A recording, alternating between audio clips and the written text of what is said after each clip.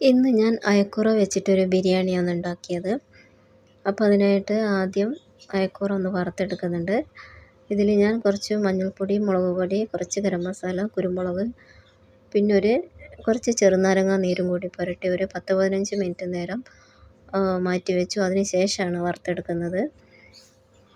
അപ്പോൾ മീൻ വറുത്തെടുത്ത് ഞാൻ വേറെ ഒരു പ്ലേറ്റിലേക്ക് മാറ്റി. ഇനി അതേ എണ്ണയിൽ തന്നെ കുറച്ച് സവാള ഇട്ട് നന്നായിട്ടൊന്ന് വഴറ്റി കൊടുക്കുന്നുണ്ട്. ഇനി അതിലേക്ക് ഇഞ്ചി, വെളുത്തുള്ളി, പച്ചമുളകും കൂടി ചതച്ചതിട്ട് കൊടുക്കുന്നുണ്ട്.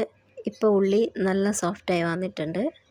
ഇനി അതിലേക്ക് തക്കാളി ഇട്ട് കൊടുക്കുന്നുണ്ട്. ഇനി തക്കാളി നന്നായിട്ട് ഉടഞ്ഞ് വന്നതിന് ശേഷം പൊടികളിട്ട് കൊടുക്കാം. പതിവ് പൊടികൾ തന്നെ: മഞ്ഞൾപ്പൊടി, കുറച്ച് മുളക് പൊടി, കുറച്ച് മല്ലിപ്പൊടി, കുറച്ച് കുരുമുളക് പൊടി, കുറച്ചധികം ഗരം മസാലപ്പൊടിയും. പിന്നെ പൊടികളുടെ പച്ചമണം മാറുന്നത് വരെ നന്നായിട്ടൊന്ന് വഴറ്റി കൊടുക്കുന്നുണ്ട്. പിന്നെ ഞാൻ അതിലേക്ക് 1 സ്പൂൺ കട്ടത്തൈരും കൂടി ഒഴിച്ച് കൊടുക്കുന്നുണ്ട്. പിന്നെ അതിലേക്ക് ഒരു പിടി മല്ലിയിലയും പുതിനയിലയും കൂടി ഇട്ട് നന്നായിട്ടൊന്ന് ഇളക്കി കൊടുക്കുക. എന്നോട് കറിവേപ്പില ഇടാൻ മറന്നുപോയി. അപ്പം ഞാൻ അതിലേക്കൊരിത്തിരി കറിവേപ്പില കൂടി ഇട്ട് കൊടുത്ത് നന്നായിട്ടൊന്ന് ഇളക്കി കൊടുക്കുന്നുണ്ട്. ഇനി ഞാൻ വറുത്ത് വെച്ചിരിക്കുന്ന മീൻ മസാലയിലേക്ക് ഇട്ട് കൊടുക്കുന്നുണ്ട്. മീനും മസാലയും കൂടി മിക്സ് ചെയ്യുമ്പോൾ നന്നായിട്ട് ശ്രദ്ധിക്കണം. മീൻ പൊടിഞ്ഞു പോവാതെ നോക്കണം. അപ്പം ഞാൻ മീനും മസാലയിലും കൂടി മിക്സ് ചെയ്ത് വെച്ചു. നമ്മുടെ ബിരിയാണിയുടെ മസാല റെഡിയായി. ഇനി റൈസ് ഉണ്ടാക്കാൻ വേണ്ടി ഞാൻ 2 കപ്പ് ജീരകശാല റൈസാണ് എടുത്തത്. അതിനായിട്ട് ഒരു 4 കപ്പ് വെള്ളം എടുത്തു. സ്പൈസസ് ഇട്ട് കൊടുത്തു. കുറച്ച് ഓയിലും കുറച്ച് നെയ്യും കൂടെ ഒഴിച്ച് കൊടുത്തു.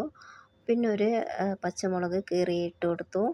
അപ്പോൾ ഇതാ വെള്ളം തിളച്ച് വന്നു. ഞാൻ കഴുകി ഊറ്റി വെച്ചിരിക്കുന്ന അരി ഇട്ട് കൊടുത്തു. പിന്നെ അതിലേക്ക് കുറച്ച് ക്യാരറ്റും ഒരു ചെറുനാരങ്ങയുടെ പകുതി നീരും കൂടി പിഴിഞ്ഞ് കൊടുക്കുന്നുണ്ട്. എന്നിട്ടൊന്ന് ഇളക്കി അടച്ച് വെച്ചൊന്ന് വേവിക്കാം. അപ്പോൾ നമ്മുടെ റൈസൊക്കെ റെഡിയായി വന്നു. ഇനി ഞാൻ അതിലേക്ക് വറുത്ത് വെച്ചിരിക്കുന്ന സവാളയും കുറച്ച് അണ്ടിപ്പരിപ്പും മുന്തിരിയും പിന്നെ പുതിനയിലയും മല്ലിയിലയും കൂടി മിക്സ് ചെയ്ത് അതിൻ്റെ മേലൊന്ന് വിതറി കൊടുക്കുന്നുണ്ട്. കളറിന് വേണ്ടിയിട്ട് കുറച്ച് മഞ്ഞൾപ്പൊടി കലക്കി ഒഴിച്ച് കൊടുക്കുന്നുണ്ട്. ഇനി ഞാൻ മസാലയുടെ മുകളിലേക്ക് ചോറിട്ട് കൊടുത്തൊന്ന് സെറ്റ് ചെയ്ത് വെക്കുന്നുണ്ട്. അപ്പം നമ്മുടെ ബിരിയാണിയൊക്കെ റെഡിയായി. ചോറും മസാലയും കൂടി ഞാനൊരു 2 മിനിറ്റ് കൂടി അടുപ്പത്ത് വെച്ചിട്ടുണ്ടായിരുന്നു. അപ്പോൾ നമ്മുടെ ബിരിയാണി റെഡിയായി. കാണാൻ നല്ല ഭംഗിയൊക്കെ ഉണ്ട്. അപ്പം ഞാനിതൊന്ന് കഴിച്ച് നോക്കട്ടെ. കുഴപ്പമൊന്നുമില്ല, നന്നായിട്ടുണ്ട്.